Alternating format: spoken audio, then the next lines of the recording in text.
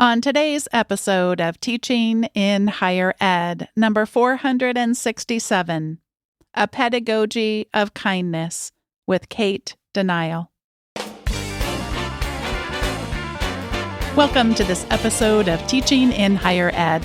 I'm Bonnie Stahoviak, and this is the space where we explore the art and science of being more effective at facilitating learning. We also share ways to improve our productivity approaches so we can have more peace in our lives and be even more present for our students.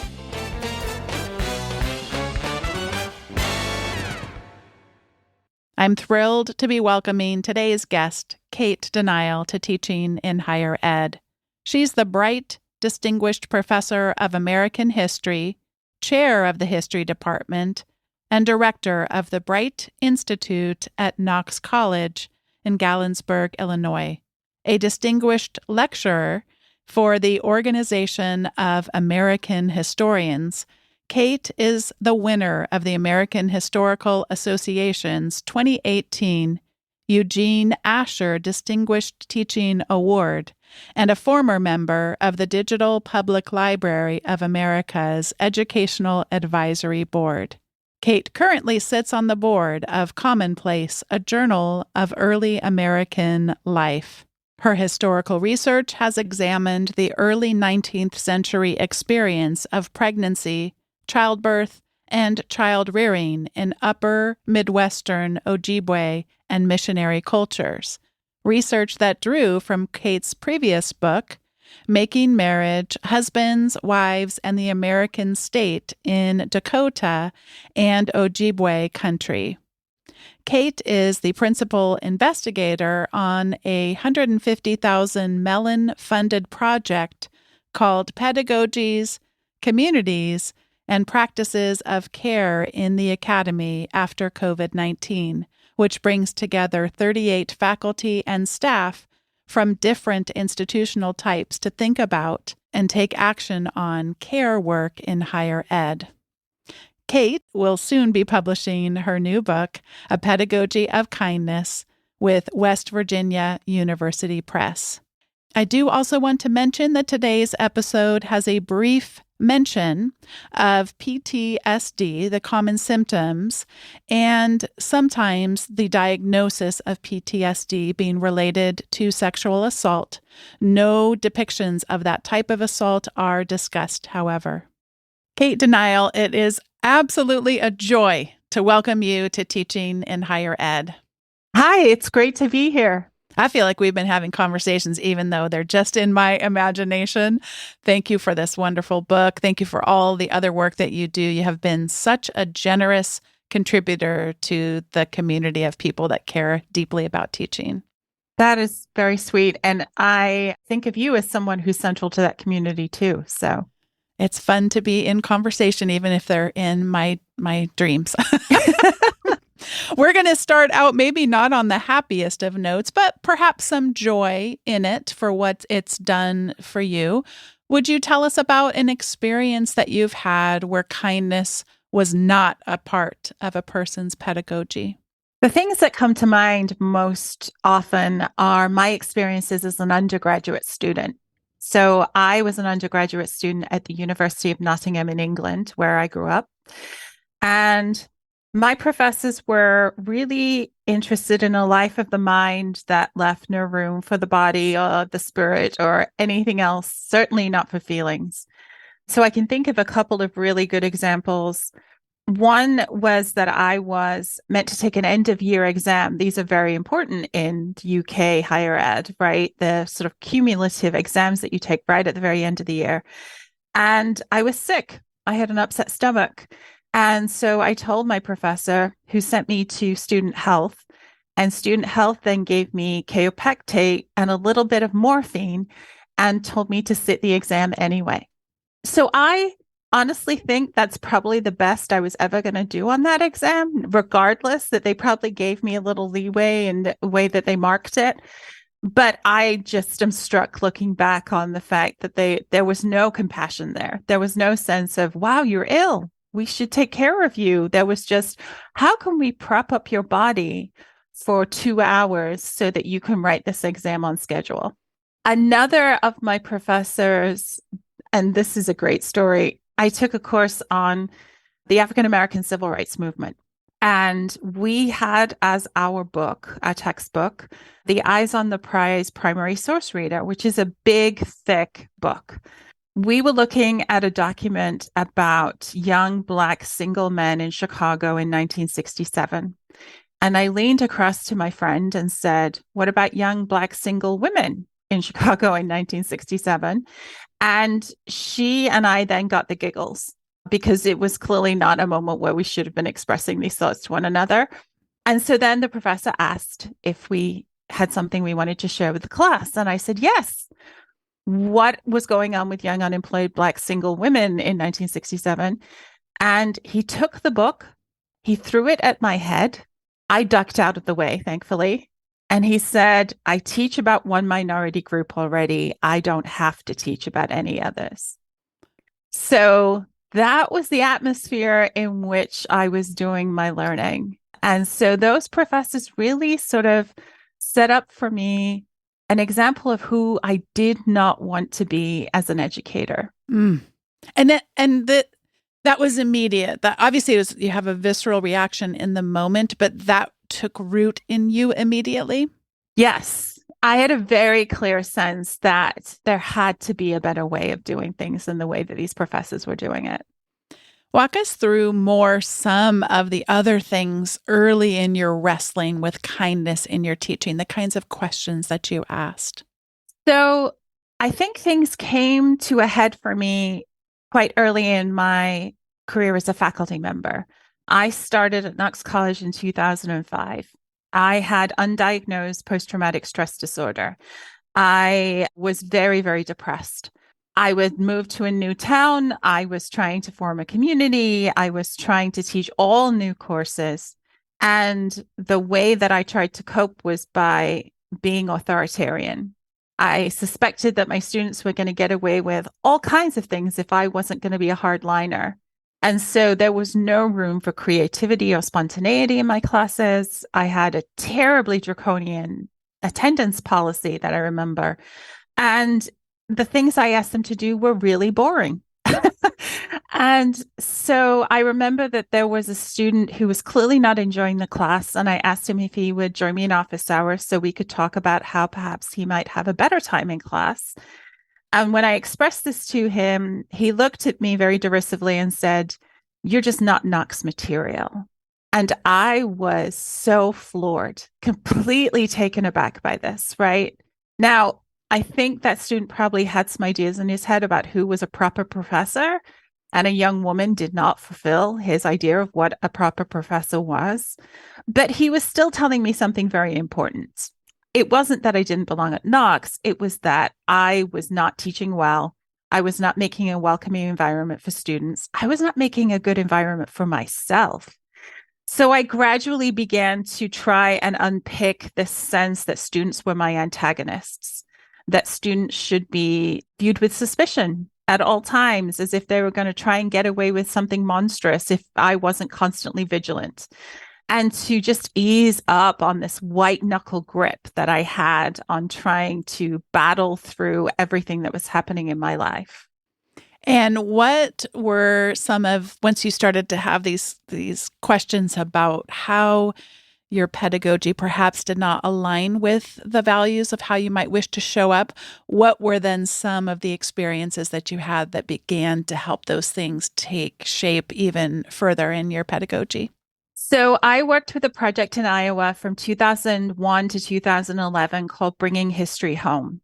It was a professional development program for teachers funded by grants from Congress. And we set out to teach teachers how to teach with primary sources. So how they could do history with their students instead of just telling students about history. And we focused initially on kindergarten through fifth grade, which is an age where most people do not think of students as doing history, as really like doing the work that historians do, but they are absolutely capable of it. I worked with a series of master teachers who were just incredibly kind to one another, to me. I worked with the director, Elise Philpott, who was also incredibly kind. Their example really, and their patience really were such an example to me about how I wanted to be as an educator. Then in 2013, I went to the intergroup dialogue training at the University of Michigan with two of my colleagues, Tiana Cervantes and Gabriel Rayleigh Carlin, and three students. And we went to investigate whether we should have intergroup dialogue on our campus. Intergroup dialogue is a really structured form of conversation between people who come from very different social groups. And it tackles areas of real conflict and tension. So you might have a dialogue about race or about sexuality or about gender or about religion. So we not only had to learn about the theory of doing dialogue, but we had to actually participate in dialogue circles. And that was incredible. It was so hard. It was so challenging. But I got to see what it was like when there was real emotional vulnerability brought into the room, when people trusted each other very quickly and risked trusting each other very quickly.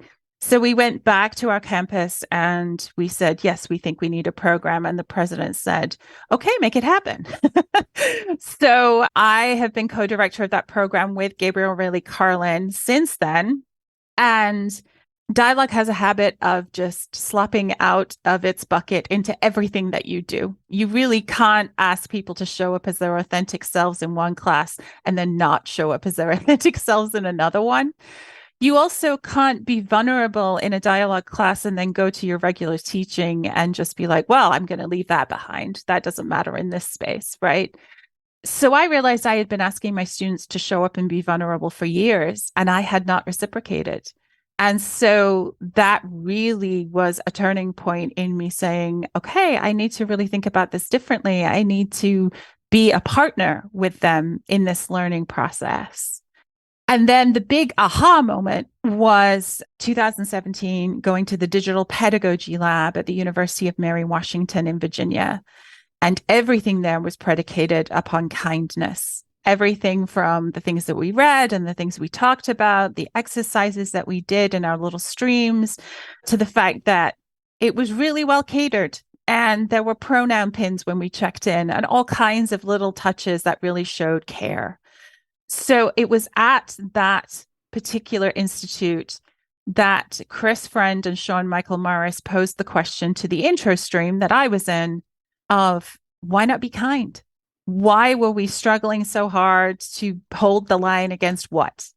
And it was a great question. And it was a question that absolutely caused my pedagogy to disassemble in the best way, because I realized I hadn't been very kind and that I really should be. So I set about recreating my pedagogy over time to be as kind as I possibly could so that I could answer that question, why not be kind? In order for us to be kind and show kindness in our teaching, we need to be able to be kind to ourselves. Yeah. Before I ask you how to show kindness to ourselves, I would first like to hear you share a bit more. What does Cate look like when she shows up as her fully authentic self in learning spaces, as opposed to who you thought that you were supposed to show up as before that? I show up as Cate. For a long time, I showed up as Catherine. I never insisted that people call me Dr. Denial or professor, although many of my students just call me professor anyway. But I made a very distinct decision to have my students call me Cate once I decided to engage in this pedagogy. I show up looking different. I should say, for people listening in right now, I'm wearing a long sleeve t-shirt and a Ted Lasso baseball cap. And I feel okay with being more informal in the way that I dress now. I will show up in a pair of jeans once in a while instead of this very carefully crafted look that I had when I started out teaching that was meant to project authority and authoritarianism. So it wasn't just authority. I show up looking forward to class. I used to be tremendously nervous before I walked into a classroom. That lasted for years. And it wasn't until I started teaching with kindness and realized how thoroughly I had positioned my students as my antagonists that I realized that was why I was nervous. I was walking into classrooms prepared for battle. And now I don't. I walk into classrooms prepared for collaboration and for discovery with my students. And that has changed absolutely everything. I mentioned having my teaching and my learning shaped by you, and it's also been shaped by many of the names and people and programs that you've spoke of already. So, what does it look like, I guess, when we think of our students as antagonists? What are some of the things that might come into our practices and our mindsets when we think of students as they might be? You mentioned some examples, they might be getting away with something, but what are the kinds of things that our minds allow ourselves to think students might get away with if we think of them as antagonists? So we think they're mocking us, right? We think that their comments aren't sincere. We think that they will plagiarize, that they will collaborate in a bad way with other students to subvert the norms of academic conduct. We think that they will do as little of the reading as possible, that they will lie to us constantly, that they are looking to get one over on us, basically, in every way that they can. And that's just such a profoundly damaging way to enter into a classroom space.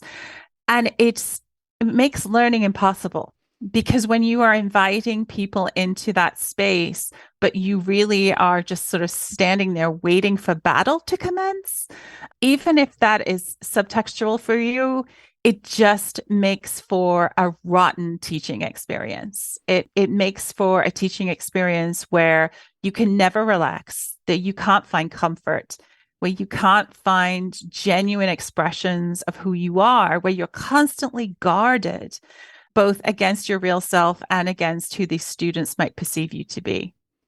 It is also unkind to ourselves and our sense of meaning and our sense of significance. Yeah. Would you now share a little bit about what kindness to ourselves looks like? And don't think I'm going to forget to then extend that over to our students and come back to that. So kindness is not niceness. I live in the Midwest and there is such a thing as Midwest nice, right? But Midwest nice is a facade. It's a way of having general pleasantry so that there's never conflict, even though it just means that conflict is sublimated. So kindness is not niceness. Kindness, I think, is taking the principles of sincere self-care and extending them. So kindness says, I am going to screw up at times, but I will extend myself forgiveness and understanding when I do. I will also learn so that I don't repeat my mistakes. And I'm going to hold myself accountable. Niceness is not about accountability. And so I think that being kind to the self is about a little grace, a little breathing room, right? But very much so not excusing things that are inexcusable. When people ask me how they can implement kindness to themselves, I tend to go to some really gritty, practical solutions. So boundaries are so important in carving out time for us to be our whole self. So I tell people to limit the number of hours that they spend on email, for example, and make sure that there are long stretches of time where they are not constantly hovering over their phone or at their computer. So for me, I log off about 8 o'clock every night, and my students know this. It's on the syllabus, and I tell them.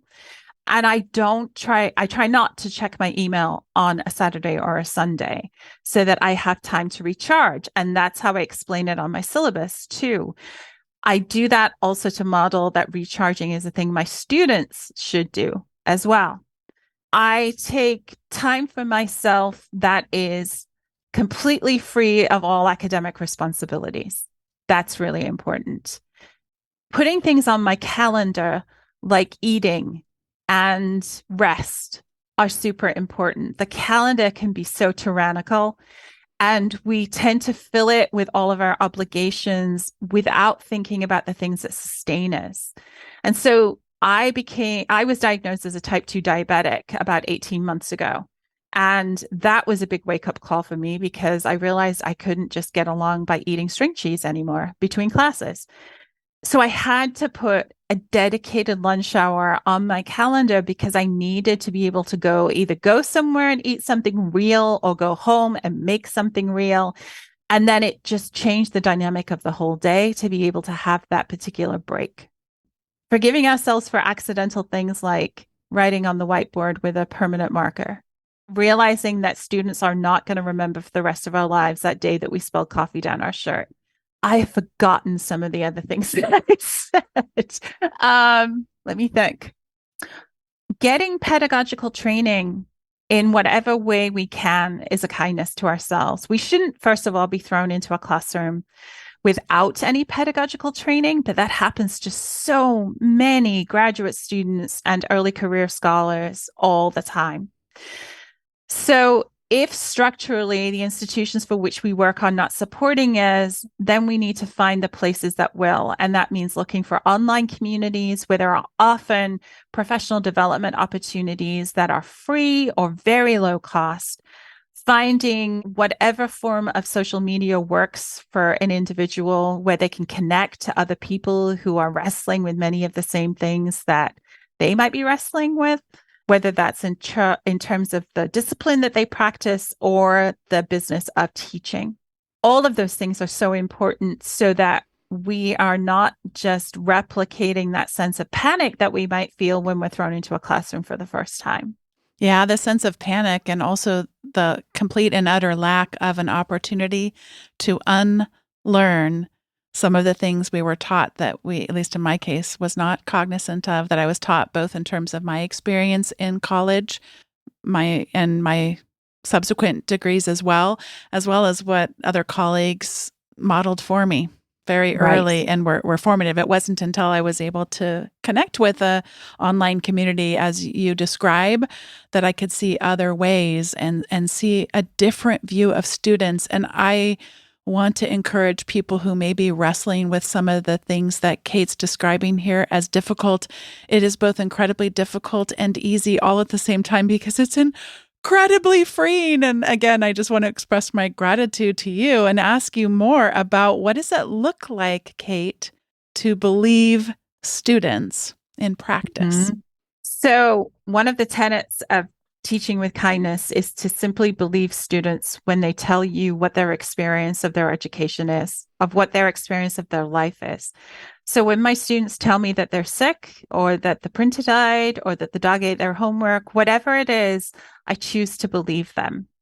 And there is an obvious risk that someone might put one over on me and get away with something that someone might think they shouldn't.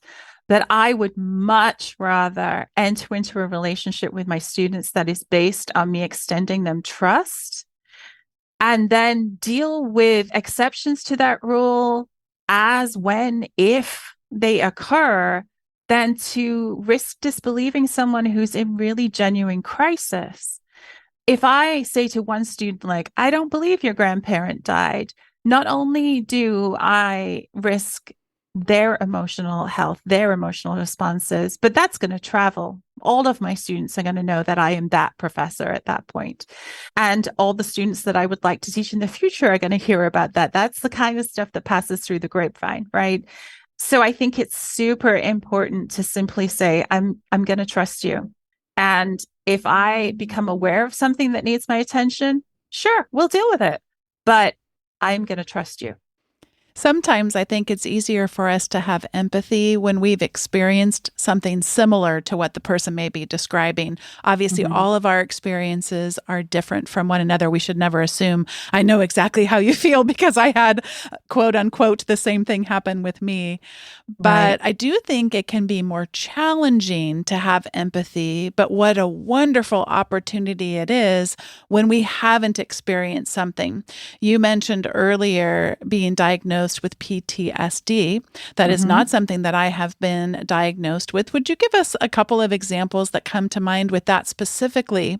What someone like myself who has not experienced that might not have a broad enough imagination to understand what that experience might be like, and specifically what someone in an educational context may need that someone like me may not even think about in terms of being kind to someone with that Right. diagnosis. So the thing that most quickly comes to mind is the issue of trigger warnings or content warnings. And this is, of course, a hot button issue in academia. If the discussion rolls around with predictability, right? What I think people don't know about PTSD and being triggered is that it is a full body experience. It is not simply something that's happening in your brain, it happens to your whole person. And you cannot learn under the circumstances of intense stress that come with being triggered.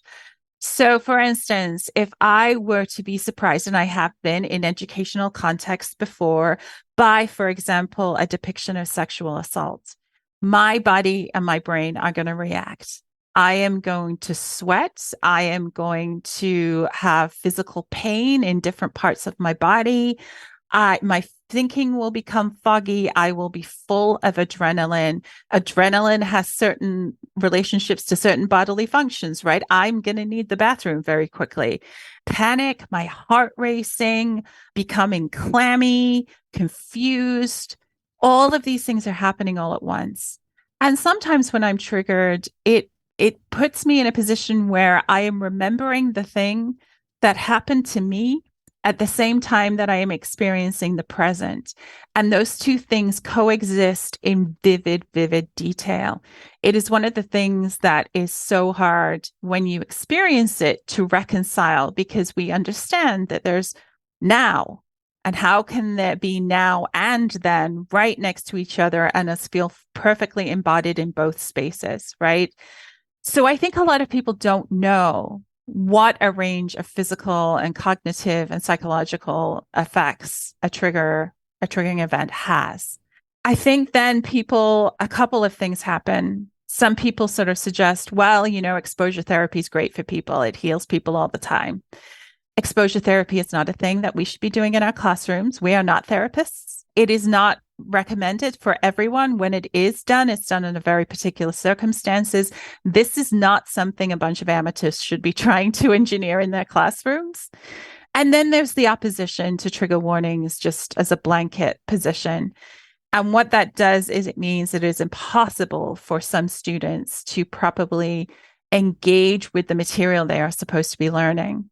A warning gives someone like me the opportunity to prepare myself so I can put my coping mechanisms in place. I might have a student who says, okay, I can deal with a generalized discussion of sexual assault, but I can't deal with a graphic description of it happening. And so then I will give them page numbers and say, skip these, but let's have a more general conversation, right? That kind of accommodation is what makes it possible for people to weather distressing conditions. So it's not a means of circumnavigating discomfort altogether. It's just about putting in place the coping mechanisms you need to do that better. And on a practical level, where does this show up? If I were to want to do better at this, where would I have these kinds of warnings show up, and how might I put that into practical application? So I have a blanket statement in my syllabus that says I have tried to take into account common warnings, but if there is something in particular that you need a warning for, please do let me know. I will be happy to make that happen. And then on the reading schedule or on my LMS, I have a warning before readings. I have page numbers for people to skip. I have alternate readings sometimes. I will make accommodations by allowing people to watch movies or documentaries on their own time instead of in class.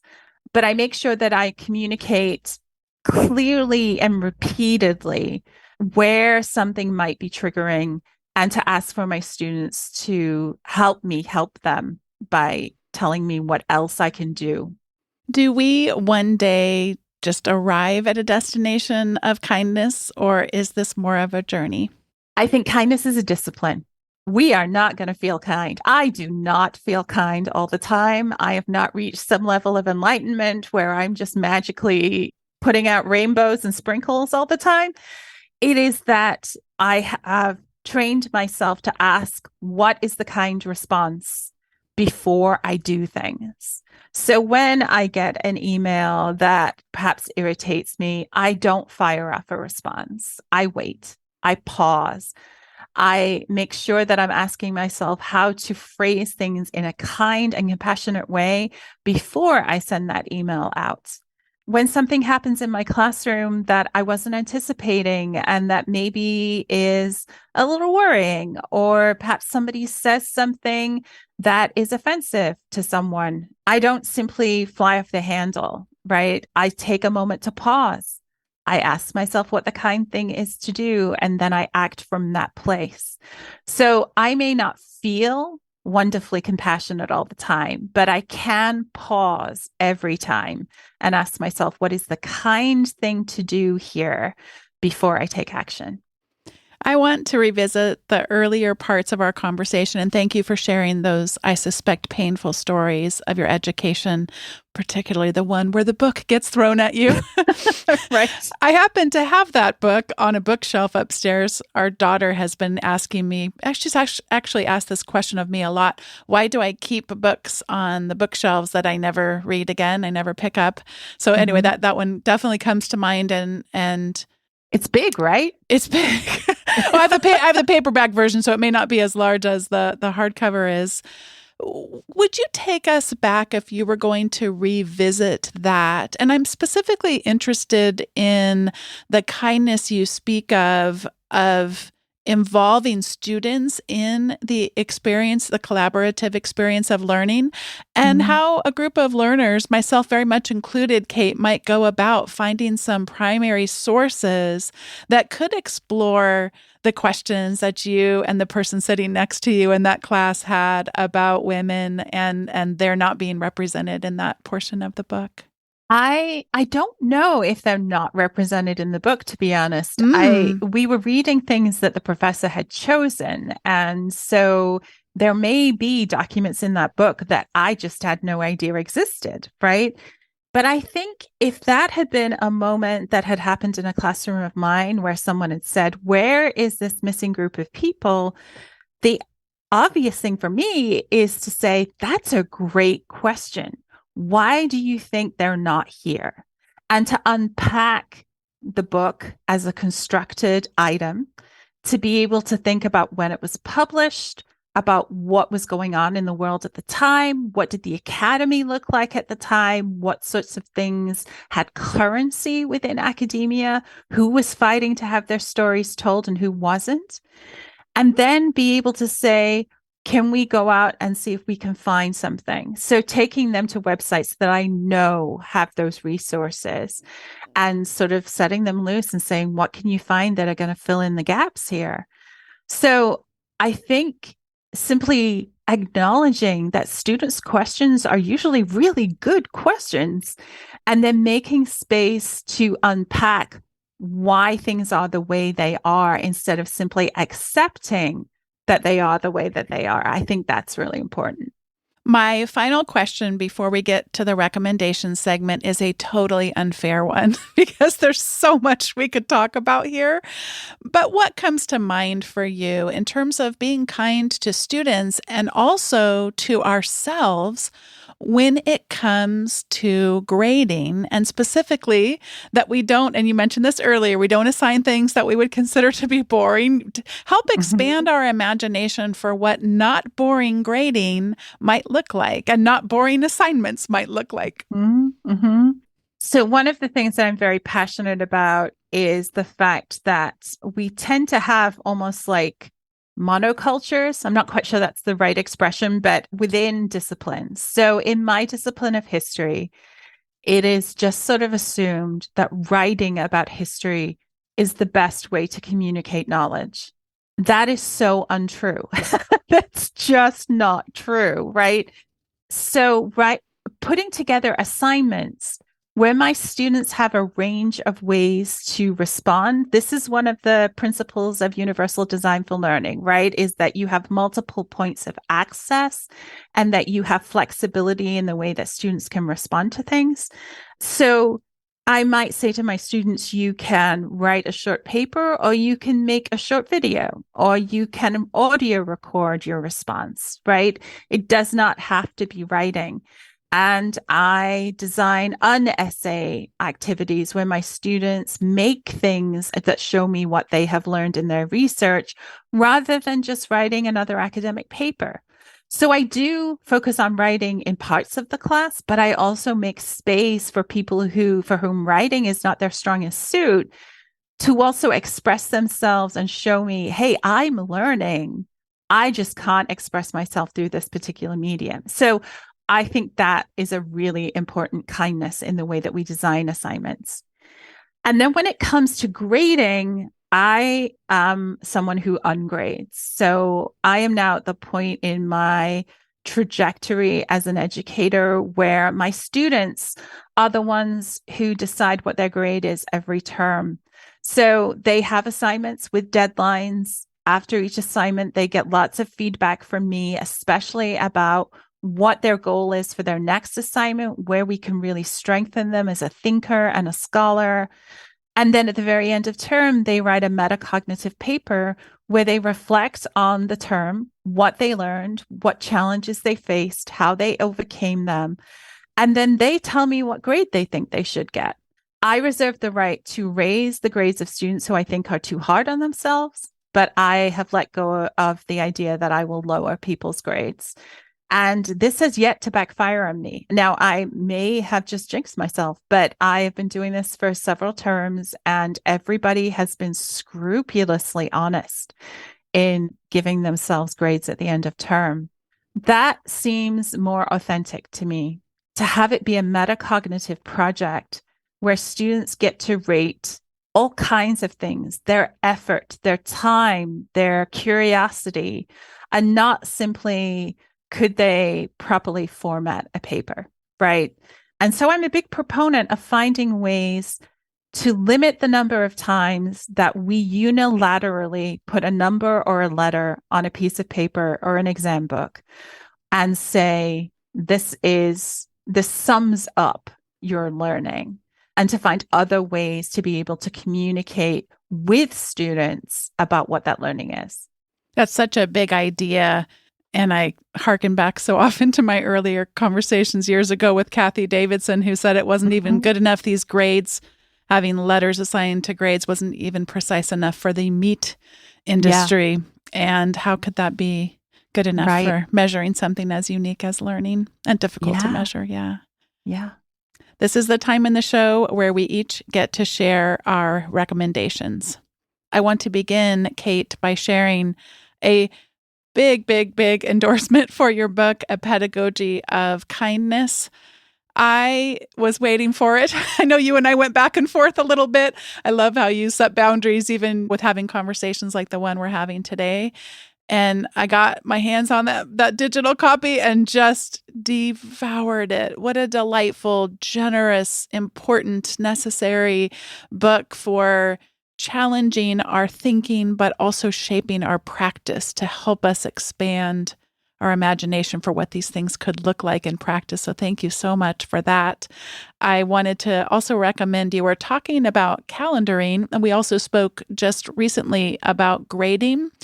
And I do want to, I've been inspired again by people like you, by people like Jesse Stommel, to not assign things that are boring to grade. And I've gotten so much better at that. Another thing that has been a practice that's been important for me to do is also to be realistic about the time that it would take. So if I've got a reflection journal, and each journal might take me X number of minutes, to be realistic and kind to future me. As of us recording this conversation, we are nearing the end of, I teach in the semester system, and how much better it is for me to have blocked out a lot of time this week to grade this particular assignment, not just grading in general, but for me, it really makes a difference to go, it's worth it. You've asked these students to reflect on their learning, well, set aside the time, just like you're asking them to set aside time to reflect on their learning. And it brings me to so much of a centered place where I don't overdo it. Cate, you were talking about blocking off times for lunch. That is something that I do as well, blocking off times for every single day, getting outside and moving my body. And yes, blocking out time to hold in the highest regard the learning that we're all getting to experience together and celebrating that, and not allowing myself to vent in any circles really about that practice. What a joy it is to get to celebrate in that learning. And that is a discipline that I continue to grow in. I don't think I'll ever be done, Cate, as you said earlier. But boy, when I put a sense of intentionality and purpose and think about that calendaring as a way of celebrating learning, it is so freeing, so good, so fun. And many of the practices that you talked about, I use as well. And that final thing of just blocking out your calendar and thinking about it as a celebration of learning is a better frame for me than grading ever has been. So Cate, I'll pass it over to you to respond to any of that and then to recommend whatever it is you'd like to share today. I think that's a wonderful recommendation. One of the things that I tell people as they're grading during their term or semester is to put grading on their calendar for 2 weeks after a thing is due, so that you have the time built into your calendar for people to be able to turn things in late. So you can grant extensions without it then causing a problem for you as you continue to do all the other parts of your job, right? So I love your framing, and I love this idea of making sure there is adequate time to actually do this well. I think that's so important.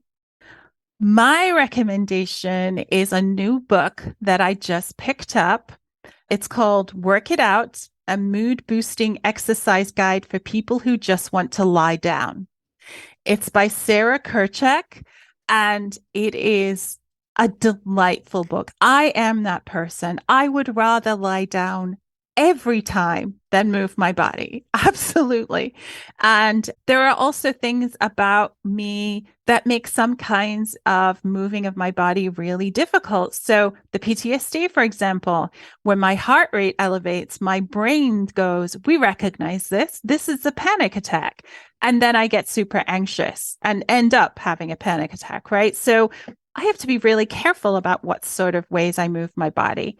This book is written by someone who is a trainer. They're also autistic. They have dealt with depression, and it is so kind.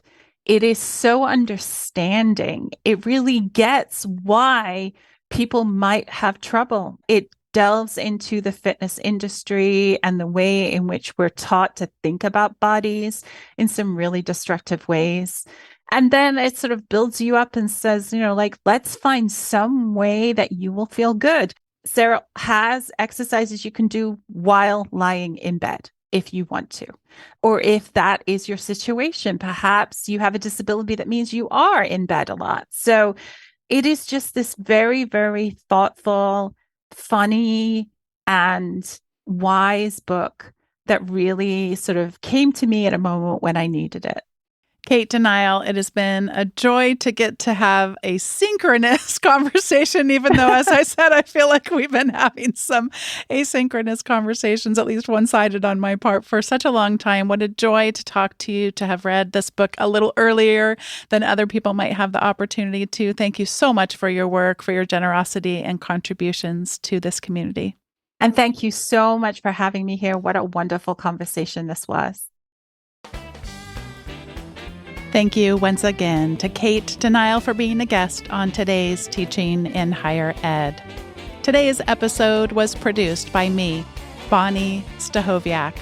It was edited by the ever-talented Andrew Kroger.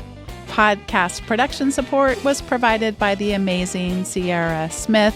I hope that today's conversations get you thinking more about how to incorporate kindness into your pedagogy.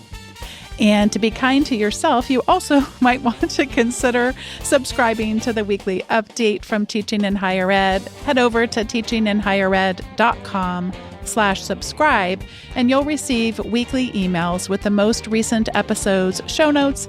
Thank you so much for being a part of the Teaching in Higher Ed community, and I'll see you next time.